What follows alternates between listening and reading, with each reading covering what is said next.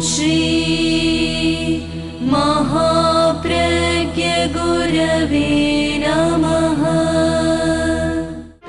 जिसके सांसों में रहता है शाश्वत शांति का स्पंदन, उस महाप्रज्ञ को वंदन, उस महाप्रज्ञ को वंदन। सत्य अहिंसा अनेकांत को अर्पित जिसका तन मन, उस महाप्रज्ञ को वंदन, उस महाप्रज्ञ को वंदन। जिसके सांसों में रहता है शाश्वत शांति का स्पंदन, उस महाप्रज्ञ को वंदन, उस महाप्रज्ञ को वंदन।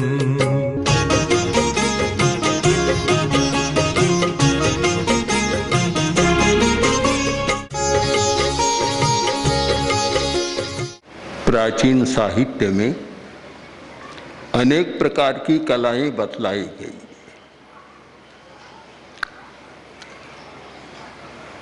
स्त्रियों के लिए 64 कलाओं का निर्देश है और पुरुष के लिए 72 कलाओं का निर्देश है। और कला एक चमत्कार है, बड़ी विचित्र होती है कलाएं।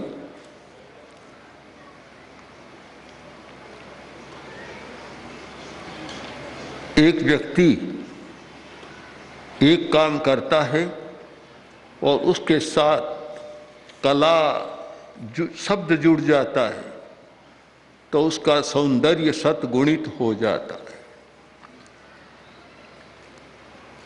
उन सब कलाओं में एक कला है जीने की कला।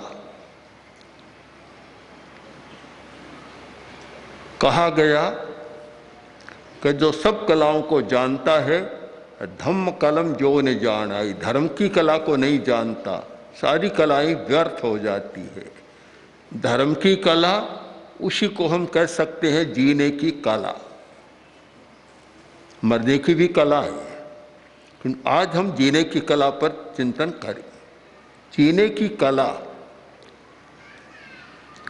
जीवन मिला है मनुष्य का जीवन जिसे बहुत दुर्लभ माना गया, और इसलिए दुर्लभ माना गया ऐसा जीवन केवल वर्तमान की दुनिया में नहीं, अगर हम सारी निहारिकाओं का और इतना विशाल अनंत आकाश और असंख्य निहारिकाओं के बीच जो मनुष्य हैं उन पर भी विचार करें तो मनुष्य जैसा विकासशील और विकसित प्राणी दुनिया में कोई नहीं। सबसे बड़ा स्थान है। ऐसे मानते हैं कि देवता का स्थान बहुत ऊंचा है, क्योंकि देवता देवाणम मनसा, जो मन में सोचते हुए काम हो जाता है। किंतु साथ साथ यह भी कहा गया कि देवता भी चाहते हैं कि मनुष्य बनकर आत्मा का कल्याण करे। तो आखिर मनुष्य ही सबसे बड़ा रहा। तो ऐसा दुर्लभ जीवन पाकर और जो जीने की कला नहीं जानता, कैसे जीना चाहिए और कैसे इस जीवन का उपयोग करना चाहिए, इस कला को नहीं जानता, तो उसके लिए शेष सारी कलाएं बहुत काम की नहीं रहती। जीने की कला, उसका एक सूत्र है शांति से जीना। एक सूत्र है, और भी बहुत सारे सूत्र है, पर आज एक सूत्र पर हम विचार करें, शांति से जीना। आगमिक भाषा में कहें तो धर्म ध्यान के साथ जीना, संक्लेश और आर्त ध्यान के साथ नहीं जीना। शांति के साथ जिसके मन में कोई क्लेश है, अभिद्रोह है, ईर्ष्या का भाव है, हिंसा का भाव है, वह शांति से नहीं जी सकता। शांति से जीना और उस जीवन का अर्थ होता है शांत सहवास। उस कला से प्राप्त होता है शांतिपूर्ण सहवास, शांत सहवास। साथ में रहते हैं और बड़ी शांति के साथ रहते, कोई भी एक दूसरे को बाधा नहीं पहुंचाता, कोई समस्या पैदा नहीं करता, सब अपनी अपनी सीमा में रहते हैं, सबको अपनी सीमा का बोध है। तो फिर उनका शांत सहवास, शांतिपूर्ण सहवास।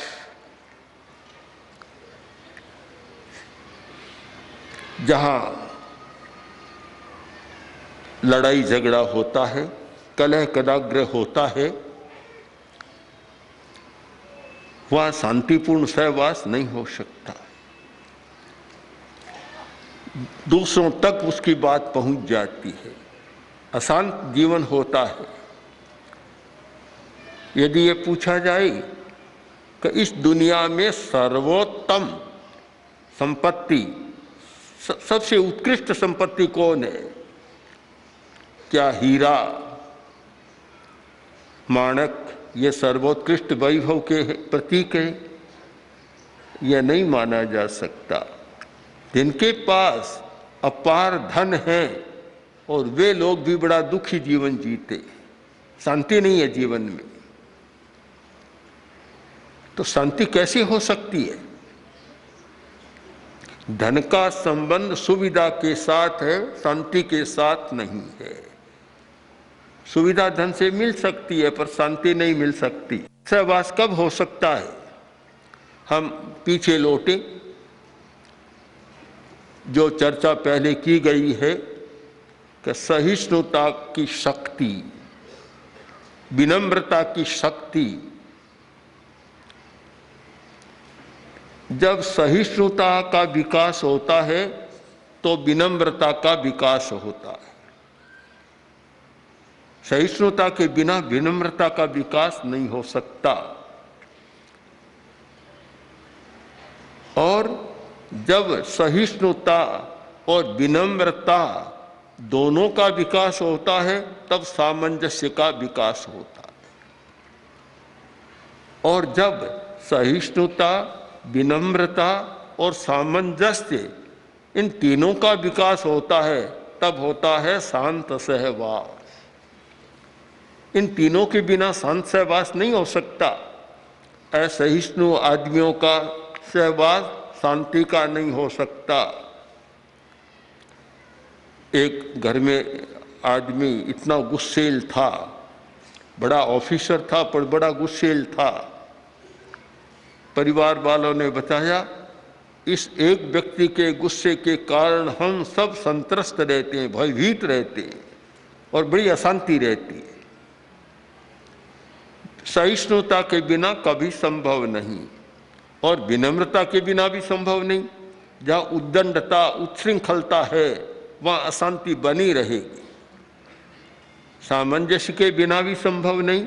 इन तीनों का योग मिले, जिस समूह में, जिस परिवार में, जिस संगठन में ये तीनों बातें हैं कि सहन करने की शक्ति भी है, विनम्रता है और सामंजस्य की शक्ति है, तो शांतिपूर्ण सहवास हो सकता है। इसके सिवाय एक गुण और अपेक्षित है और वह है आवेश पर नियंत्रण का अभ्यास।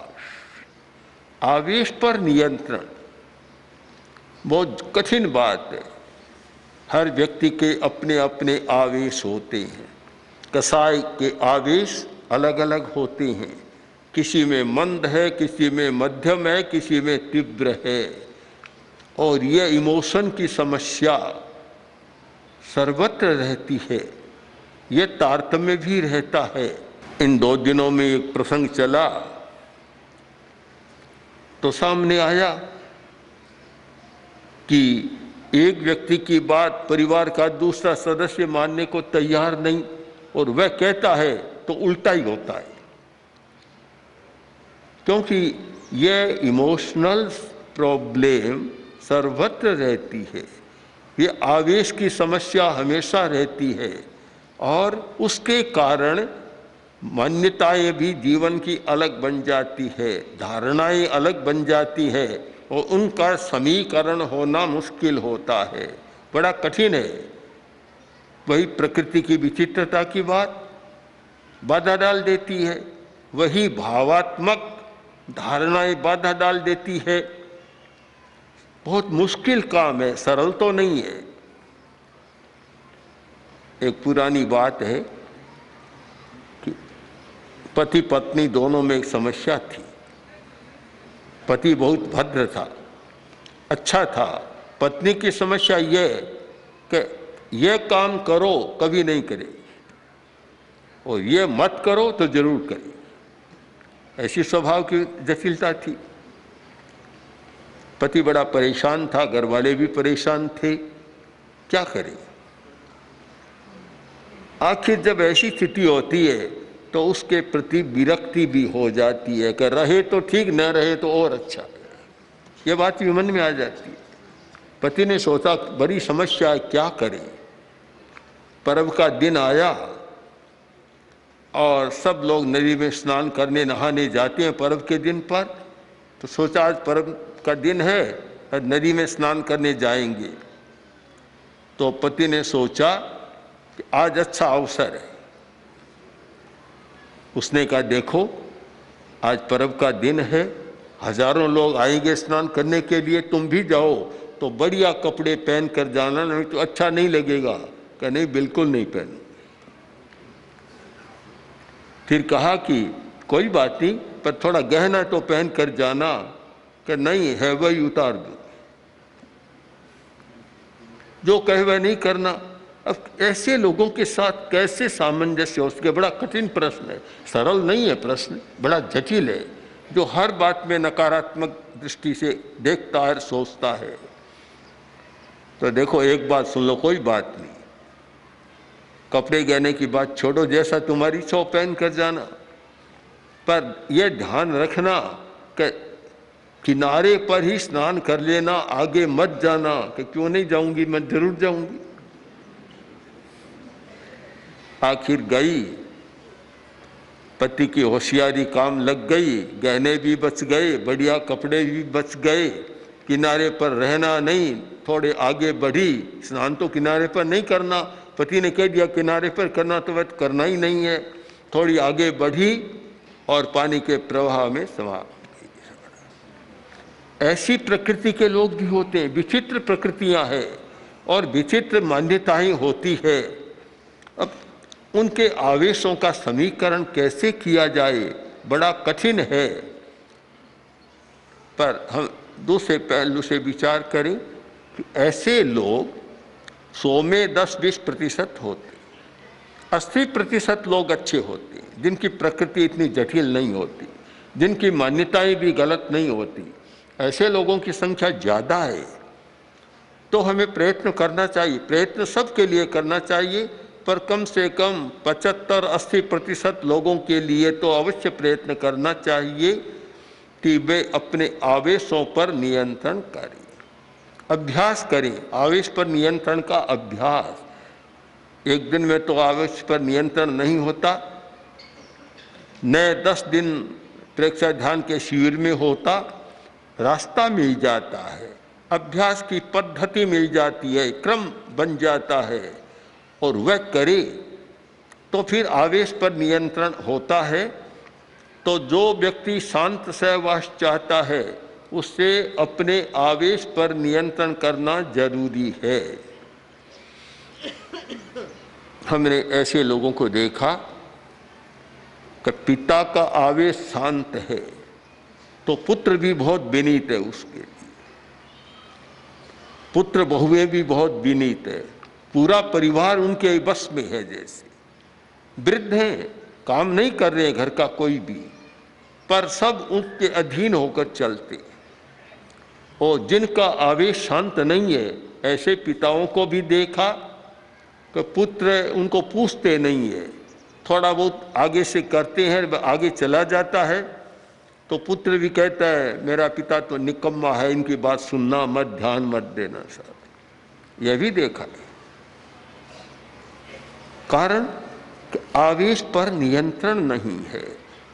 एक अवस्था के बाद तो और अधिक नियंत्रण होना चाहिए और अपनी अवस्था को देखकर अवश्य होना चाहिए कि 40 वर्ष के बाद अवस्था ढलती जाती है, उस स्थिति में तो और विचार करना, यदि मेरा अपने आवेशों पर नियंत्रण नहीं होगा तो इधर तो कर्मजा शक्ति कम होती जा रही है, पूछ घट जाएगी, और दूसरे में आवेश रहा तो और भी लोग दूर हो जाएंगे। हर आदमी को भविष्य दर्शन करना चाहिए। आज 30 वर्ष का है, 40 वर्ष का है, उसे 70 और 80 वर्ष सामने रखना चाहिए। तो आज मैं हूं, उसके बाद क्या होगा। और यह भी याद रखना चाहिए कि अगर 70-80 का हो गया तो आगे मृत्यु भी तो है, आगे क्या होगा उस पर भी विचार करना चाहिए। अवस्था की बढ़त और मृत्यु दोनों को सामने रखकर और अपने कार्यक्रम का निर्धारण करे और आवेश पर नियंत्रण करने का अभ्यास करे तो अच्छा हो सकता है।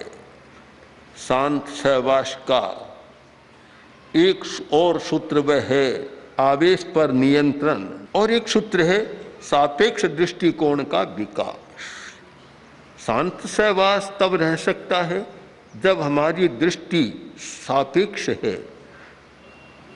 हम अपेक्षा को समझते हैं कि कौन व्यक्ति किस अपेक्षा से क्या कर रहा है, और मेरी भी अपेक्षा है, उसकी भी अपेक्षा है। मैं दूसरे की अपेक्षा को नकारूं नहीं, गौण नहीं करूं।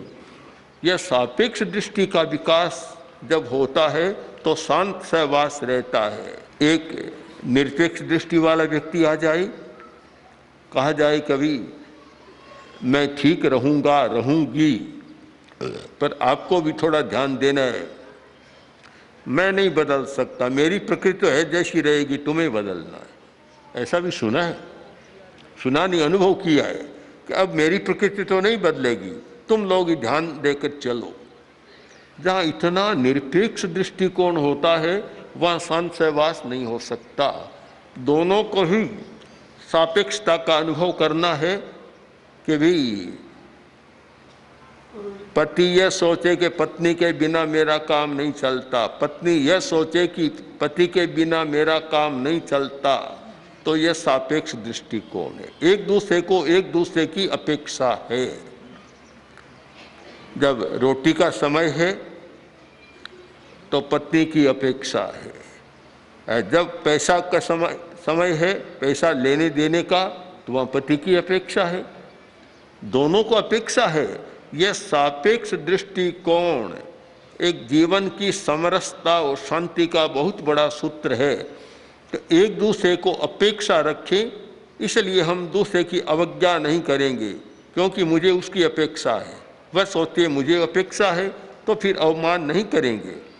अग्रणी को सहवर्ती की अपेक्षा है और सहवर्ती को अग्रणी की अपेक्षा है।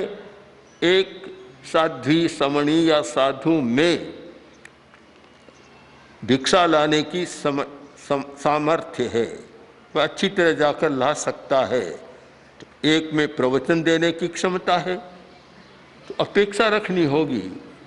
कभी प्रवचन की क्षमता है और वह अगर भिक्षा नहीं लाता है तो कोई कठिनाई नहीं, हमारा एक सामंजस्य है, ये ठीक बात है।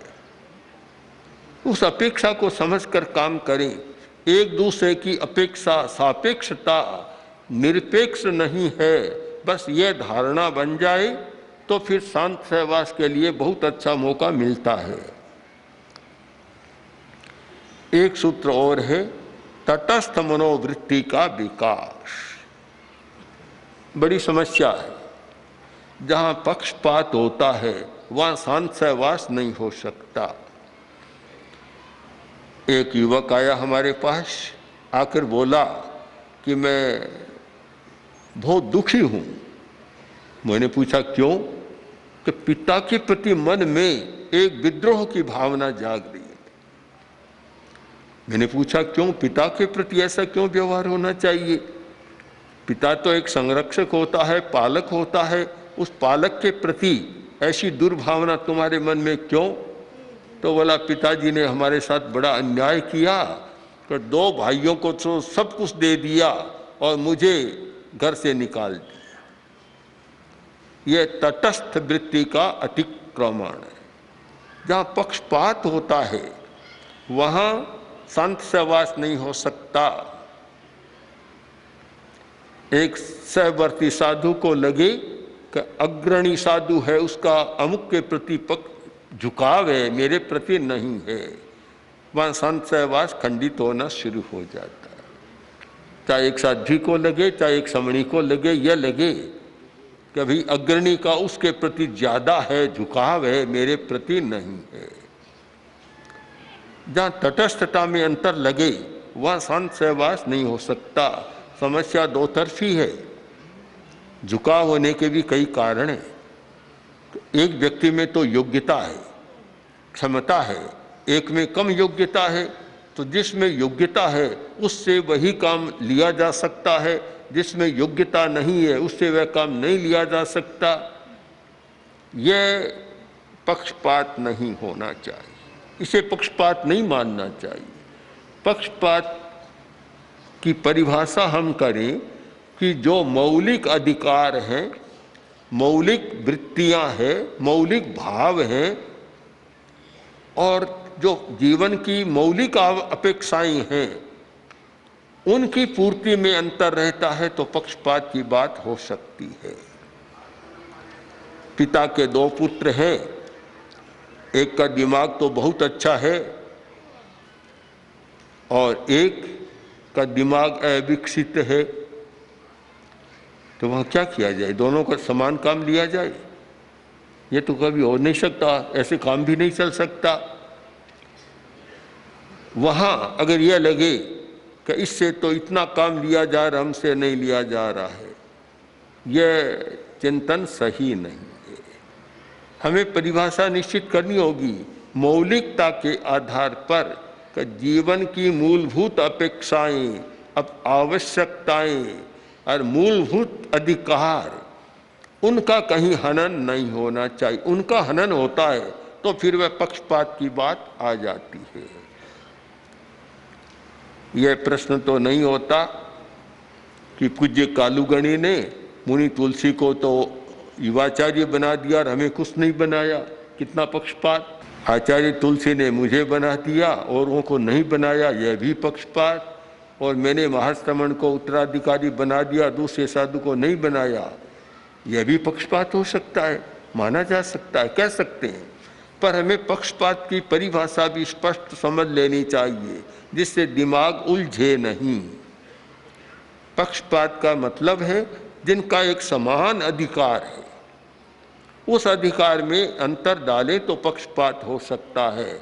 मान लो एक गृहस्थ की दृष्टि से विचार करें कि पिता के पास 4 करोड़ रुपये हैं, 3 बेटों को तो 1-1 करोड़ दे दिया और एक को का तुम्हारे कुछ नहीं, तो फिर पक्षपात हो सकता है। क्यों? वह समान अधिकार है, उनका भी अधिकार है कि अगर विभाग हो तो चारों का समान हो, तो फिर पक्षपात माना जा सकता है कि पक्षपात है। और वह पक्षपात पारिवारिक समस्या पैदा करता है और सामूहिक समस्या भी पैदा करता है। ऐसे ही धर्म क्षेत्र में भी हो सकता है। इसीलिए तो व्यवस्था की गई कि 4 साधु हैं, भिक्षा के लिए गए, 1 रोटी मिली तो चारों के 4 खंड हो जाएंगे, अकेला कोई नहीं। यह नहीं कि बड़ा है वह तो आधी खा ले, दूसरों को थोड़ा थोड़ा दे, ऐसा पक्षपात हो जाएगा।